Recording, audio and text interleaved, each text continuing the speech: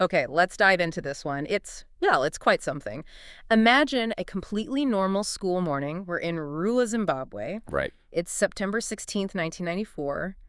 Ariel School. It's a private school, kind of expensive, kids mostly from well-off families, diplomatic circles, that sort of thing. A typical setup for that kind of institution. Yeah, exactly. And it's about 10 a.m., mid-morning break time. The teachers, they're all inside having a staff meeting. Okay, so the playground is full of kids, but no immediate adult supervision right there. Precisely. Roughly 62 kids, ages ranging from maybe 6 up to 12. Right. Just playing, doing kid stuff, tag, maybe sharing snacks, just lost in their own little world. That classic sort of unsupervised childhood freedom moment feels totally safe, totally predictable, Right. Grounded. Utterly grounded. And then, bam, in just an instant, all that ordinariness just gets completely shattered. Something appears up in the sky. Kids start looking up, pointing something silvery, disc-shaped, moving in a way they just couldn't explain. And crucially, it wasn't just flying high overhead like a plane. The reports, the overwhelming reports from these kids say this thing came down. Yeah, it descended, landed, or maybe hovered really, really low in this wooded patch right next to the playground, like right there. In the brush, the small trees, right on the edge of the school property, visible from where they were playing. Right there, you couldn't miss it. And, that was just the start, because the really core claim, the really remarkable thing from these 60-something kids is that, well, beings actually came out of this craft. Yes, that's the core of it. Yeah. Figures emerging from this object. And they reported this whole encounter lasted maybe 15 minutes. 15 minutes. 15 minutes, which clearly for a lot of them got etched right into their memory. It wasn't just a quick glimpse. They're describing an interaction. It's an absolutely incredible claim, made even more so by, the sheer number of witnesses. Over 60 kids. And how young they were. It just exploded, really. It became one of the most significant, most debated close encounters ever reported. Not just in the 90s, but period.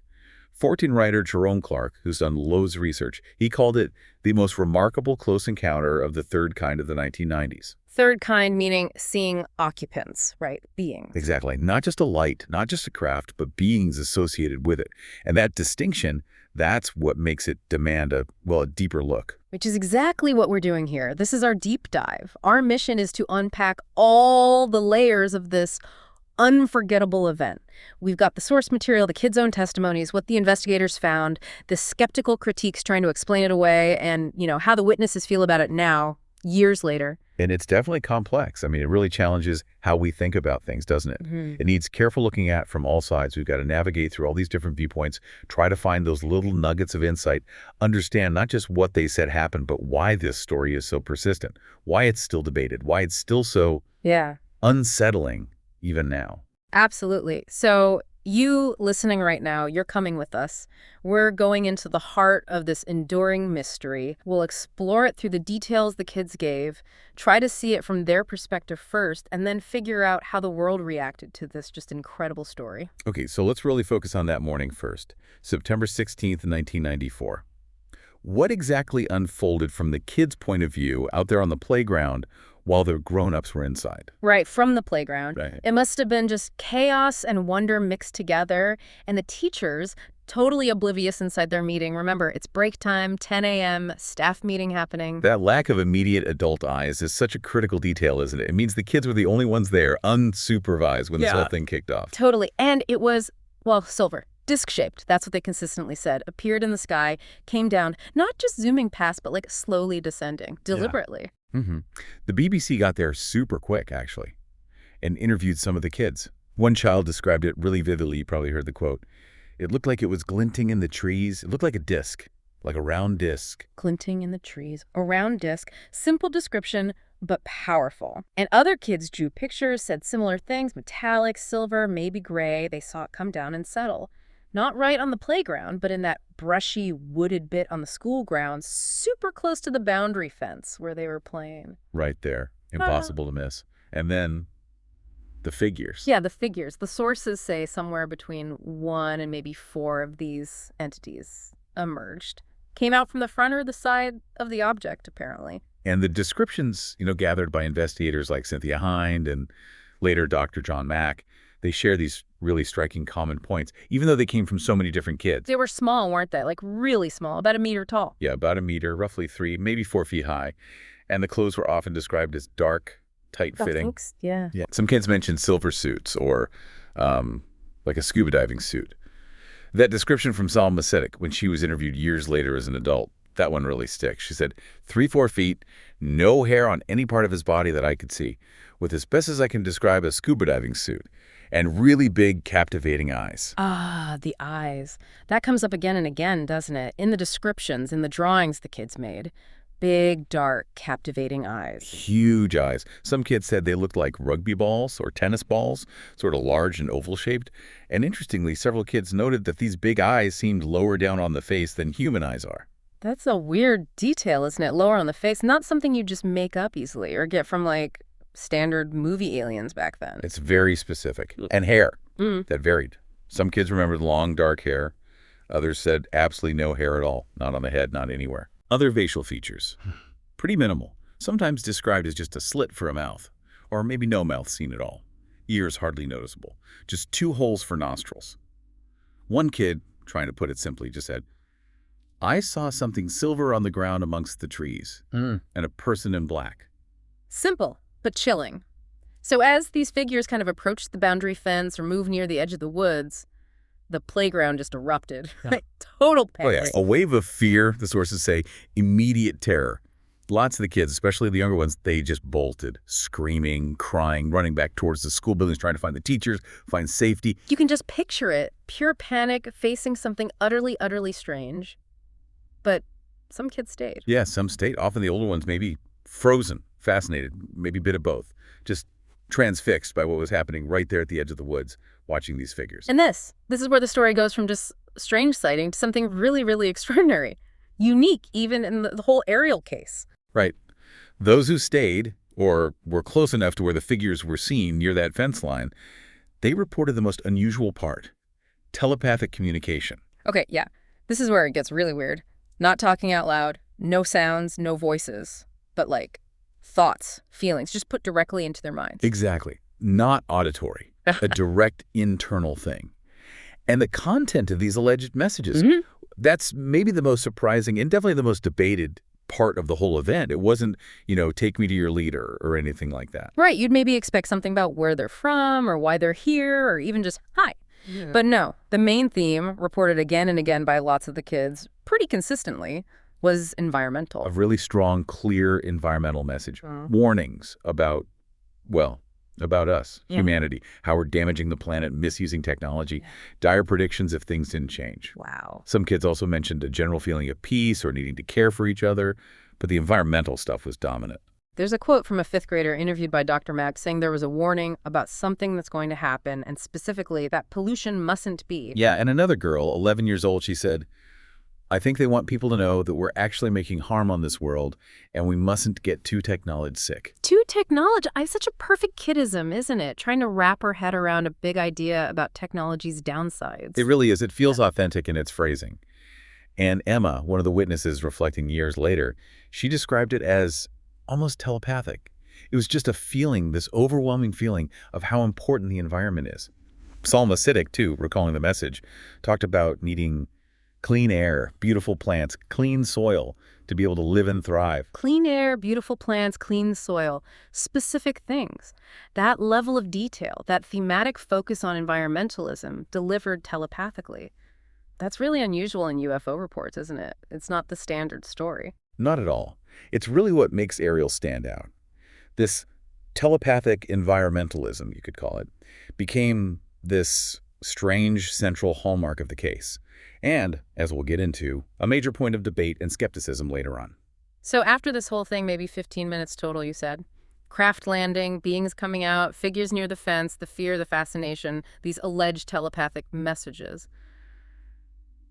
Then what? Then, reportedly, the beings went back into the craft. It lifted up, silently apparently, and just left. And the ordinary school day sort of tried to resume, but the kids who saw it, They weren't ordinary anymore. God, can you imagine trying to go back to like long division after that and trying to tell the teachers? I bet that went down well. Predictably, yeah. Yeah. Initial attempts were apparently dismissed. I mean, how do you even start to explain aliens landed and gave me a mind message about pollution to a teacher who missed the whole thing? Right, Timmy. That's nice. Very imaginative. Yeah. Settle down now. Something like that. Pretty much. Yeah. But the story didn't just vanish. It got legs when the kids went home and told their parents later that day. The sources say it was the sheer number of parents hearing similar, detailed, and often really distressed stories from their kids that made them contact the school. So the parental concern, especially maybe from some influential families whose kids went there, that forced the school to take it more seriously. Exactly. That widespread concern, multiple kids telling consistent stories independently to different parents, that's what really brought it to wider attention, attracting investigators and the media pretty quickly. So why this event? Why did Ariel become so unforgettable, so significant right from the get-go? What made it stand out immediately? Well, several things mentioned in the sources really made it pop. First, just the sheer number of witnesses. Yeah. 60-plus kids, all telling stories with shared core details. Mass sightings are rare anyway, but involving this many young people reporting such specific interactions, that's extremely rare. That scale alone makes you pay attention. Definitely. Second, the specific details and the high strangeness of the claims. Not just seeing a thing, but seeing beings come out, having telepathic communication, getting these specific environmental messages, that level of claimed interaction, especially the telepathy and the content, it's way beyond most sightings. It pushes the boundary. It's not just fuzzy lights in the distance. It's described as a direct, face-to-face, mind-to-mind encounter. Precisely. And third, the media got involved really early, really fast. The BBC showing up almost immediately. That blasted it onto the international stage before it could just be swept under the rug locally. Right. So that the combination of mass witnesses, really weird details, and quick global media attention that pretty much cemented its status as a major case needing some kind of explanation. Speaking of explanations, once the story was out, the investigators started showing up, didn't they? Trying to document what these kids were saying. Yeah, the sheer weirdness of the claims from Ariel School definitely got the attention of the UFO investigation community and the media pretty fast. According to what we've read, the very first investigator on the scene from the ufology side was Cynthia Hind. Cynthia Hind. Okay, she was local, a UFO researcher based in Harare, the capital, and she was the MUFON coordinator for Africa then. That's right, MUFON, Mutual UFO Network, a big civilian group collecting reports. She also had her own publication, UFO Afternews. She apparently heard about the aerial reports on ZBC radio and got down there remarkably quickly. How quickly? Just 4 days after it happened, September 20th, 1994, she was at the school. And her key move, the really important thing she did, was not just talk to the kids, but she asked them to draw what they saw. The drawings. That's often seen as really valuable with kids, right? Maybe less influence than just talking. Potentially, yeah. Though drawings have their own interpretation issues, of course. But she collected a lot of them, interviewed kids individually and in small groups, and later published her findings, including many drawings, in her book, UFOs Over Africa. And what was her main takeaway initially? Consistency. She reported finding remarkable consistency. Despite talking to over 60 kids, different ages, different backgrounds, they basically told the same core story about the craft, the silver disc, and the being small, with big eyes. And she noticed something interesting about their backgrounds, too, didn't she? They weren't all from the same cultural group. Right, that's fascinating. It was a mix. Shona kids, Indabal kids, kids of Asian descent, white Zimbabwean kids. A real mix for a private school then. And she observed that some kids tried to make sense of the beings using their own cultural folklore. Like calling them Tikalashes or Zikwambo. What are those? They're figures from Shona and Indabel folklore, sort of mischievous, sometimes malevolent small spirits, sometimes described as hairy. So some kids reached for those familiar terms to label the unfamiliar beings they saw. Trying to fit it into a box they understood. Exactly. But Hind's argument, her insight really, was that this use of different cultural terms, despite the fundamental descriptions of the craft and beings being so similar, she thought that actually strengthened the credibility. How so? Her idea was, it suggested they weren't just repeating some story they'd all heard. They were describing a genuinely shared, strange thing they'd seen, but filtering it through their own individual cultural lens to understand it. The core description remained, even if the label varied. That's actually a pretty interesting point. The slight variations in interpretation might signal independent observation, not just parroting. But there was a criticism of her method, wasn't there? About how she interviewed them. There was, yeah. And it's a valid point skeptics often raise about testimony gathering, especially with kids. Hind apparently often interviewed them in small groups, like 4 to 6 at a time, sometimes with other kids listening nearby. Ah, so the risk is cross-contamination, like one kid's story influences another, or they feel pressure to agree with the group. Exactly that. In that kind of setting, especially with something so weird and kids being impressionable, details could easily merge or conform. It makes it harder to be 100% sure each account is purely independent. It's a fair challenge to the consistency argument if the interviews weren't always isolated. Okay, a valid methodological point to keep in mind. Now, even before Hind got there, the BBC was on the scene. That's incredibly fast. Crazy fast. Tim Leach, a BBC correspondent, arrived just 3 days after the event, September 19th. He filmed interviews with a bunch of the students and some staff members, too. And that footage went international almost immediately. Wow, so that's how the story blew up globally so quickly. Absolutely. That rapid BBC coverage was crucial. It meant the story was out there on a major network before it could be easily dismissed or contained as just some local weirdness. And Leach himself, the reporter. He had quite a reaction, didn't he? He was apparently a seasoned war correspondent. Yeah, reportedly used to dealing with really difficult, traumatic situations. But interviewing these kids about what they saw, it apparently shook him. His quote is famous. "I could handle war zones, but I could not handle this." Wow. That says a lot, doesn't it? Yeah. About the sheer strangeness, maybe the apparent conviction of the kids. Something about it deeply unsettled this experienced journalist. It really speaks volumes about the impact of their testimony, whatever the ultimate explanation. It wasn't the kind of horror he was used to. It was something else, something deeply perplexing. Then fast forward a bit. About 2 months later, a really big name in alien abduction research arrives. Dr. John E. Mack. Yes, November 1994. Dr. Mack shows up at Ariel School. And he was already a major figure, Pulitzer Prize winner, Harvard Medical School professor of psychiatry. He was already well-known and controversial for his research into people claiming alien abduction experiences. So his involvement instantly brought a different kind of attention, didn't it? Academic weight, but also maybe baggage from his previous work. Exactly. It lent the case a certain academic gravitas, but also immediately pulled it into the orbit of his existing, quite contentious research on abduction phenomena and the nature of reality. And his approach was different from Hind's quick collection. He did more in-depth interviews. Yeah, he spent more time, conducted longer one-on-one interviews with many of the children. And his focus, what he really highlighted in his findings, was that telepathic communication aspect, and specifically, those environmental messages the kids reported receiving. Okay, and this is where another major point of debate comes in, especially from skeptics, right? About Mack potentially influencing the narrative. Precisely. Skeptics like Brian Dunning have pointed out that Mack, known to be an environmentalist himself, arrived 2 months after the event. They suggest he might have, perhaps unconsciously, prompted and suggested this environmental theme during his interviews. The timing is key there. 2 months is a long time. Memories can change, stories can get influenced by talking to others, maybe even by the media reports that came out after Hind and Leach were there. It absolutely is. Skeptics argue that Mack arrived with his own interests, environmentalism, telepathy, and abduction accounts, and might have, maybe unintentionally, steered the kids' recollections or emphasized parts that fit his framework.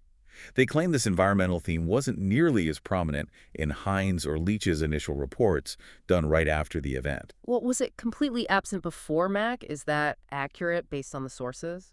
Well, it's a bit more nuanced than that, according to the material. While Mack definitely brought the environmental theme to the forefront, Cynthia Hind did later report children mentioning telepathic messages, and some sources say environmental concerns were part of those early on. Ah, okay. And crucially, several of the witnesses, talking as adults years later, strongly reiterate that the environmental messages were a genuine striking part of their experience that day, something they vividly recall receiving. Some reportedly even mention it to Hind before Mack arrived, although maybe Mack gave it more emphasis later. So the potential for Mack's influence or focus is a valid point skeptics raise, given the timing and his interests, but it's maybe not as simple as saying the theme only appeared when he arrived. It's complex. It is. It really highlights the difficulty in teasing apart genuine memory, potential suggestion, and interviewer bias, especially over time with such extraordinary claims and young witnesses. The investigation itself becomes tangled up in the story. And what about the drawings? You mentioned Hind collected them. Mac, too. What do they actually show? How do they fit in? The drawings are fascinating. They're a really crucial piece of the testimony, especially from kids who might struggle to verbalize something so bizarre. Both Hind and Mac collected them. And they show. Often they show classic flying saucers, disc shapes, usually silver or gray, sometimes with details like lights, maybe a dome, sometimes a door or ramp. And they consistently show the beings, matching the verbal accounts, small figures, often grayish, big dark eyes, sometimes wearing suits. And Hind, as we said, felt the consistency across drawings from kids with different backgrounds supported the idea they saw the same thing. Yeah, she saw those recurring visual elements, the disc, the small figures, the big eyes, as evidence they were all trying to draw the same highly unusual thing they'd witnessed. You can actually find a lot of these drawings online now, and seeing them definitely adds another layer to the verbal accounts. Seeing them is powerful, but, like verbal testimony, drawings aren't immune to interpretation either, are they? That's a really important point. They can be reinterpreted. For example, Gideon Reed, with his more recent puppet hypothesis, which we'll get to, suggests that some details in those drawings, maybe certain shapes or lines, could possibly be interpreted as depicting puppets, or maybe parts of a mobile puppet booth, rather than aliens and spaceships. Ah, so even the visual evidence isn't straightforward. It can be viewed through different lenses. Exactly. It shows how even seemingly objective visual evidence becomes part of the ongoing analysis and debate, not a final answer. And you can see how the whole sequence of investigators shape the story, right? Hind gets the core story out fast, Mass witnesses beings, collects drawings, Leach blasts it worldwide immediately via the BBC. Then Mac comes in later, adds the academic weight, digs into the psychology, and really foregrounds the telepathy and environmental themes, which become central but also prime targets for skepticism because of the timing and his known interests. That 2-month gap before Mac is it's a recurring issue, isn't it? It leaves that window open for memory consolidation, yes, but also for influence, suggestion, maybe even unconscious bias creeping in. It just highlights how tricky it is to investigate these things, especially with kids and extraordinary claims. It makes Ariel a compelling but also frustrating case study, not just for ufology, but for understanding memory, belief, how media shapes things, how investigation impacts accounts. And Hind's point about cultural interpretation, like the Tikaloshes, that feeds in too. If local folklore can shape perception, maybe broader media narratives, even indirect ones, could play a role too, even if the kids weren't watching specific UFO shows. It's this constant mix of perception, context, and how the story gets built. It really feels like the investigation process itself is almost part of the phenomenon's story here. It's not just about the event, it influences it. Absolutely. It adds layers and layers to the whole puzzle. Okay, but let's zoom out a bit, because the Ariel sighting didn't just happen out of the blue, did it? There was stuff going on in the region, particularly right before this, that skeptics say is really important context. Yes, that context is absolutely critical, especially for those looking for more conventional explanations. The time around September 1994 saw a real spike in UFO reports and just general public buzz about strange things in the sky across southern Africa, especially Zimbabwe. And the biggest thing, the one everyone talks about, happened just 2 days before Ariel, right? September 14th. This huge fireball. Huge, yeah. A really spectacular, bright fireball streamed across the sky, visible over a massive area from Zimbabwe down into South Africa. ZBC radio in Zimbabwe apparently got swamped with calls from people describing bright lights, things breaking up. It understandably caused a huge stir, what some people called a wave of UFO mania, or at least heightened excitement. People see this incredible light show, no immediate explanation, so the default is often UFO. Pretty much, especially back then, before information spread quite so fast. Now, the accepted scientific explanation came later. It was the re-entry of a Zenit 2 rocket booster from a Russian satellite launch, Cosmos 2290. Just space debris burning up high in the atmosphere, silent from the ground but visually stunning. But at the time, before that explanation was widely known, it definitely fueled this UFO fever. And I wasn't the only weird report around then either. Cynthia Hind was collecting others. Yeah, she was documenting other sightings too around that period. A daylight sighting by a boy and his mother somewhere else in Zimbabwe. A truck driver claimed a really detailed encounter with actual aliens on a road near the border. The BBC also mentioned other reports popping up in nearby countries like Zambia and South Africa. Some sources even hint that kids near Ariel might have seen something unusual the day before the main event on September 15th, though the details there are a bit murky. So you've got this massive, widely seen fireball just 2 days before. Then these other scattered reports. It creates this atmosphere, doesn't it? UFOs are in the air. Strange things are happening. Exactly. This heightened public awareness, the media buzz, it undeniably created an environment where people might be more suggestible, more expectant. Skeptics see this UFO fever, this surrounding context, as a crucial factor that might have primed the Ariel school kids. The idea being, if you're hearing adults talk about UFOs, seeing news reports, maybe you're psychologically more likely to interpret something weird you see through that lens. That's the argument.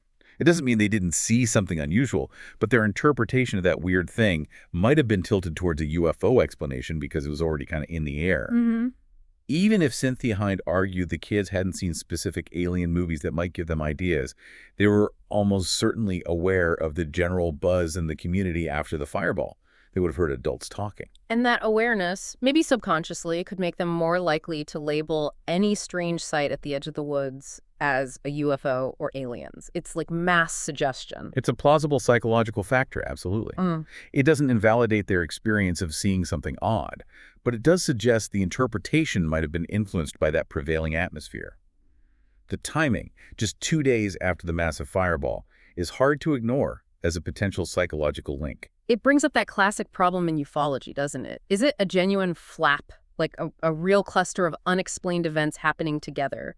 Or is it more of a wave driven by social factors, people getting excited, misinterpreting ordinary things because UFOs are suddenly topical? Ariel sits right in the middle of that debate. Was it a truly anomalous event happening during a period of general activity? Or was it mainly a product of that wave psychology, where the fireball excitement amplified suggestibility and led to a mass misinterpretation that spread through the kids? You have to look at it within that broader context. Consider suggestion, mass psychology. But the story doesn't just stop in 1994 with the investigators and the buzz. Maybe the most compelling part for many people is that the witnesses, decades later, they're still talking about it. They still stand by what they said they saw. That's a really crucial point, and one proponents often emphasize. Unlike some childhood stories that fade or get dismissed later, a significant number of these former Ariel students, now adults, continue to affirm their accounts. The experience clearly left a profound, lasting mark. And not always in a good way, it sounds like. Some report real trauma, lingering fear, anxiety, difficulty even talking about it because they're afraid of being ridiculed. Yeah, the sources give some really heartbreaking examples. Lissel, who was interviewed by the BBC as a kid and sounded terrified, saying, "The man is still looking at me and he's going to kill me." As an adult, she described revisiting the memory as something that just opens up wars again. That suggests real ongoing distress. Wow. Another witness, interviewed more recently, talked about a persistent, gut-level fear the creatures might come back, saying she could still sense when they were back in the atmosphere. That's intense. To carry that kind of fear for decades, stemming from something that happened on a school playground. Whatever objectively happened, the psychological reality for some was clearly huge, but it seems others have managed to process it differently. Yes, some seem to have found ways to integrate it, maybe even find strength from it. Salma Siddiq, who's spoken quite openly, mentioned in an online Q&A that she thought about it daily for years. But ultimately, it helped build her self-confidence, gave her a sense of purpose somehow. And Emily Trim, another key witness who speaks a lot now, she uses her art. She says her paintings are a way to process the experience, especially the messages she feels she received. A manifestation of the messages, she calls it. So, for some, trauma. For others, a profound, maybe even formative experience. The fact these memories are still so vivid, so impactful decades on. Whether you buy the literal story or not, it says something about the power of the experience as they lived it. It absolutely highlights their subjective reality. Whatever happened at the edge of that field, objectively, it was powerful, deeply unsettling for some, and had real human consequences that shaped their lives. That was always Dr. Mack's point too, wasn't it? The experience is real for the experiencer, and that reality matters, even if you can't prove it with a Geiger counter. And the story keeps getting revisited, doesn't it? Modern documentaries are keeping it alive, letting these adult witnesses share their perspectives now. Definitely. Randall Nickerson's documentary from 2022, Ariel Phenomenon, is a big one. It really focuses on the human side, interviews lots of the adult witnesses, follows Emily Trim's journey back to the school. It explores that struggle for acceptance when you've experienced something so far out that people just dismiss you. And Netflix did an episode recently, too, in their Encounters series. Yeah, 2023, an episode called Believers focused heavily on Ariel, again with interviews with the now adult former students. So these modern retellings keep the story in the public eye, give the witnesses a platform, now they're adults. But they also kind of shape the narrative too, don't they? Depending on their focus, who they talk to, how they edit it. Oh, absolutely. Yeah. They actively shape how we understand the story today. Ariel phenomenon is generally quite sympathetic to the witnesses and leans towards validating their experience. The Netflix Encounters episode, while featuring some powerful testimony, also prominently introduced a major skeptical element, which leads us right into the counter-narrative. Right, because for every extraordinary claim like this, there are always people looking for more ordinary, down-to-earth explanations. Let's get into the skeptical side, the attempts to explain Ariel without aliens. Yeah, the skeptical perspective is vital for any critical look. It tries to find more conventional answers for something so unconventional and unproven. Okay. And probably the most prominent theory put forward by skeptics is mass hysteria. Meaning like a collective delusion, suggestibility spreading like wildfire among the kids. What's the argument for that? Proponents point to the scene itself, kids pointing, shouting, crying, clear emotional contagion. They see that as a perfect breeding ground for suggestibility, where fear or excitement could spread fast and lead the whole group to believe they're seeing something extraordinary, even if it's not objectively there as perceived. Mm-hmm. And they always bring up the context that UFO mania we talked about, sparked by the rocket re-entry 2 days before. They argue that primed the kids' minds, making them ready to interpret anything weird as a UFO. So the timing, the excitement, the lack of supervision, it all creates a perfect storm for a collective misinterpretation that feels totally real to everyone involved. That's the core idea. Mass hysteria is a documented thing, sometimes linked to stress in schools, like exams. Though here, skeptics usually focus more on the psychological atmosphere and that UFO buzz context, rather than a specific school stressor beyond just, playground excitement. It definitely sounds psychologically plausible how collective belief can take hold. But there are arguments against it being the whole story at Ariel, aren't there? Oh, yeah, definitely. People who lean towards the sighting being genuine, and some investigators, push back against mass hysteria as the complete explanation. First, they point to the sheer number, over 60 kids, and the reported consistency in the core descriptions. Silver disc, small beings, big eyes. Even with variations, those core elements kept coming up. Randall Nickerson, the filmmaker, he argues that in typical mass hysteria, stories usually diverge way more over time. They fall apart. They lack the specific, distinct details many Ariel witnesses still report decades later. Right. And Selma Siddiq, one of the witnesses, has really emphasized online how vivid and unique her personal memory feels, arguing it wasn't just group suggestion. Dr. Mack also felt the consistency he found interviewing kids individually made mass hysteria unlikely as the sole explanation. He thought there was more to it than just shared panic. So mass hysteria might explain how the panic spread, or maybe some of the emotional reaction, but proponents argue it doesn't fully account for the detailed, consistent descriptions across so many kids, reported independently and remembered for so long. It's challenged, yeah. And then there's a more recent and really controversial skeptical claim that came out in that 2023 Netflix series. The idea was all a hoax. Ah, yeah, the claim by a former student, Dallin. What exactly did he say in that show? In the Netflix episode, Dallin claimed the whole thing was basically a prank he and a friend started that just got out of hand. He said they didn't see any UFO or aliens. They just pointed at a shiny rock on the ground near the fence and started yelling it was a UFO and an alien. He said he was shocked when other kids bought it, and it turned into mass hysteria. Wow. If true, that could blow the whole case open, couldn't it? But does his claim hold up against other evidence, even his own past statements shown in the source? Well, based purely on the source material provided, including what was shown in that same Netflix episode. No, doesn't really hold up. His 2023 confession is directly contradicted by his own words on camera from about 15 years earlier. They showed earlier footage of him. Yes. In that older footage, also included in the Netflix show, Dallin describes seeing a structured object, UFO, with flashing colored lights. That's completely different from just pointing at a shiny rock. Okay, that's a massive contradiction. His own previous testimony refutes his later confession. Exactly. Based on the sources we have, his earlier detailed description of a UFO with lights seriously undermines the credibility of his later claim that it was just a rock prank. And other witnesses explicitly denied it too. Tap Fu, another former student in the show, flat out said, "It definitely was not a rock. I know what a rock looks like." So the hoax claim, while dramatic, seems pretty weak based on the conflicting evidence presented. It just adds another layer of weirdness, really why I changed the story so drastically, but it doesn't seem to resolve the case. Not based on what's presented, no. It adds more questions about memory, maybe motivations, but doesn't provide a clean explanation. So, beyond mass hysteria and the shaky hoax claim, what else do skeptics suggest? Misidentification? Misidentifying something ordinary, like what? Back to the Zenit 2 rocket. Well, the rocket explains the fireball beforehand and the UFO fever context, which is relevant for suggestibility, yeah.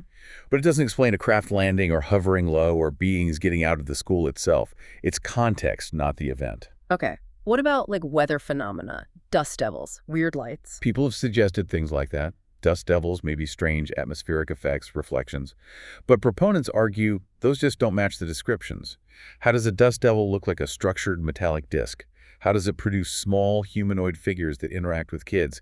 It feels like a real stretch to make those fit the detailed accounts. Yeah, it seems hard to get from dust devil to telepathic environmental warnings. And then there's the most recent specific theory. Gideon Reed's 2024 puppet hypothesis. That one sounds creative. It is quite specific and imaginative.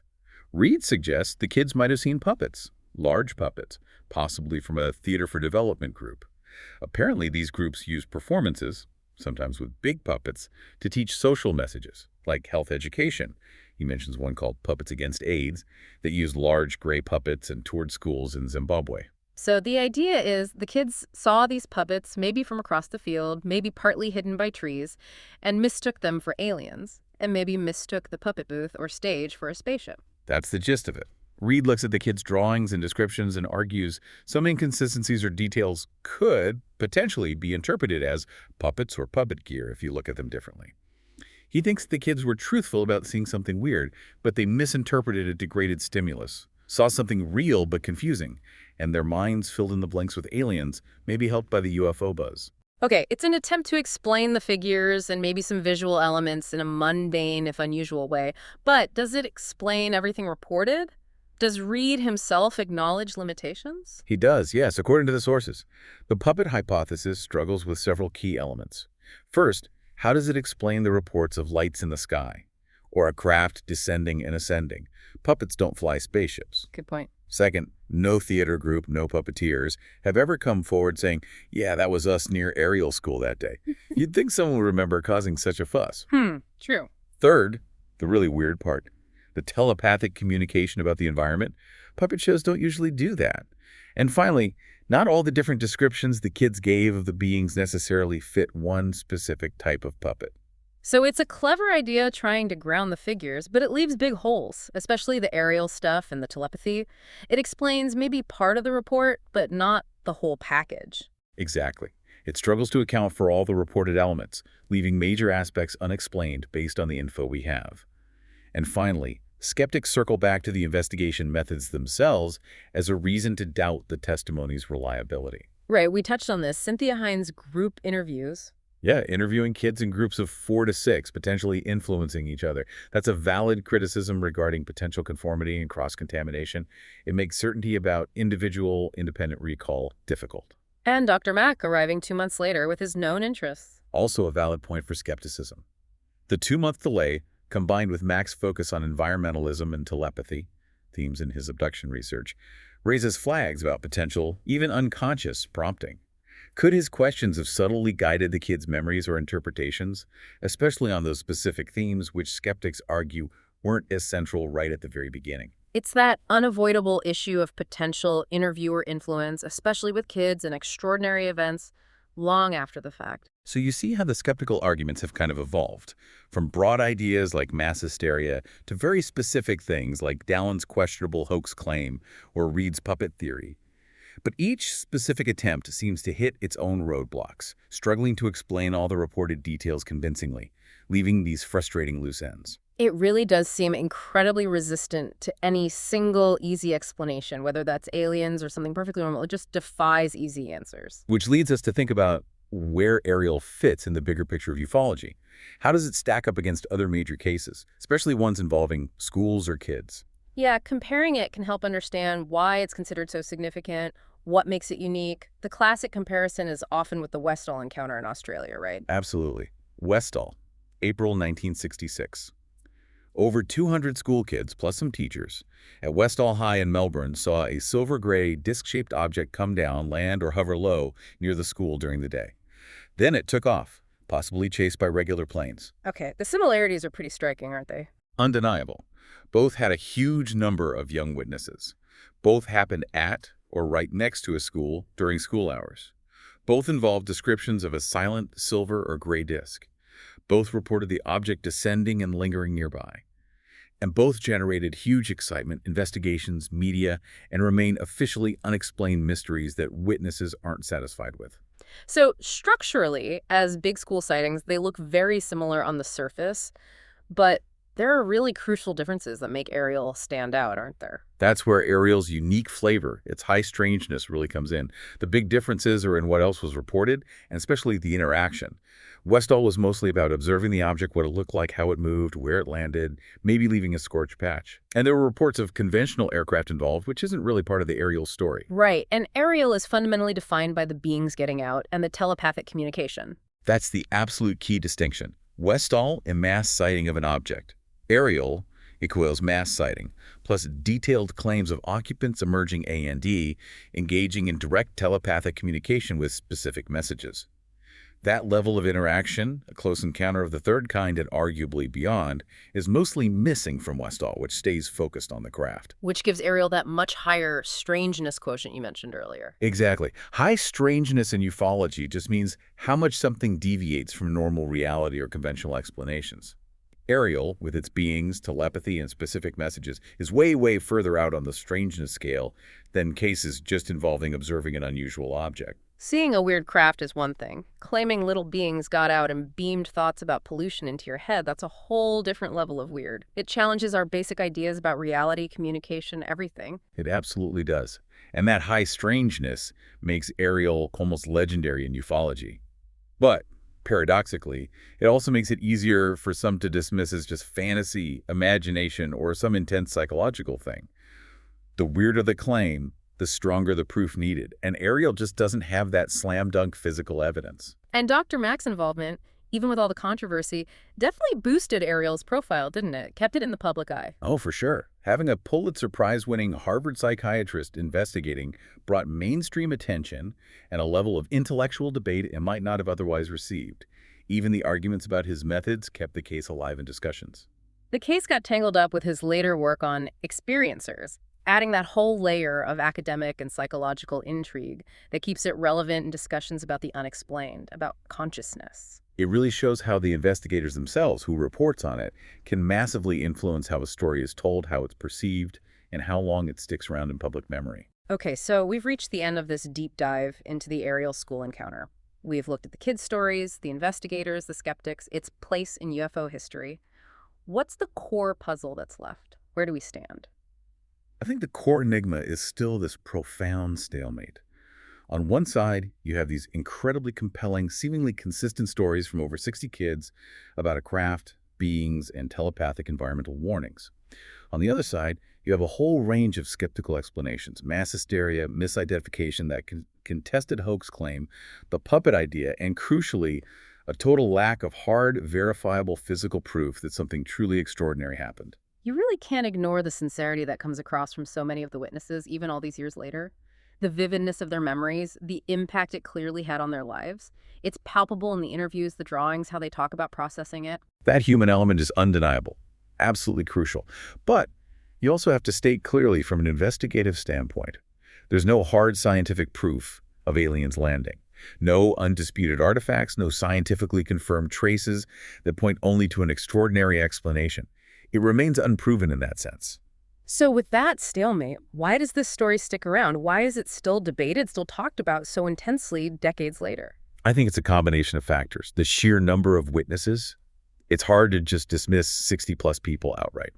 The truly unique high strangeness claims, especially the telepathy and the environmental messages, they just grab you. They challenge everything.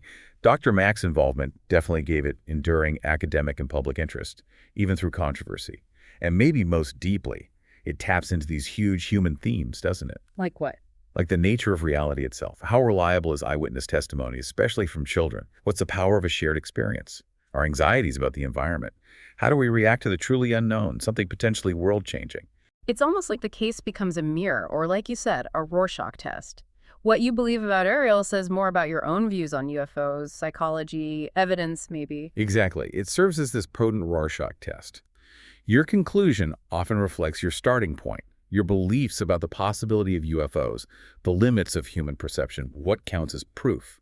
It forces you to confront your own biases about how the world works. So maybe the real value of Ariel isn't about proving aliens landed or didn't land. Maybe it's something else. Precisely. The source material kind of hints at this, that the true lasting value might not be in solving the alien question, but in what the whole saga reveals about us. It's this incredible case study in how we perceive things when faced with the utterly strange. How memory can be both incredibly persistent and surprisingly malleable. How powerful a shared story can be.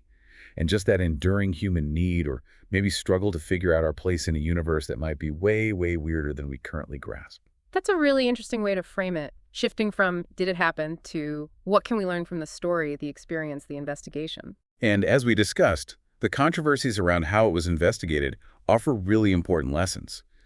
The criticisms of group interviews, the questions about delayed interviews and potential prompting, they highlight how crucial it is to develop better, more rigorous, more objective, more ethical ways to investigate extraordinary claims, especially with kids or potential trauma involved. How do you even collect pure testimony when the claim itself seems impossible? So even if the core mystery remains, the Ariel case leaves a legacy in pushing us to think harder about how we investigate the unexplained and how we understand that complex relationship between external events and our internal human experience.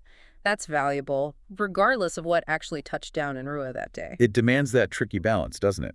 Respecting the witness's experience while maintaining rigorous, critical analysis of the accounts and the methods used to gather them. It certainly leaves you thinking, doesn't it? The enduring enigma of Ariel School. It absolutely does. Still fascinating after all this time. So, as you, our listener, go about your day, maybe just mull over the Ariel story, its complexities, the different angles, what it might mean for how we understand our world, and how we approach the things we can't easily explain. It's a mystery that keeps resonating because it pushes all our buttons about reality, belief, and the unknown.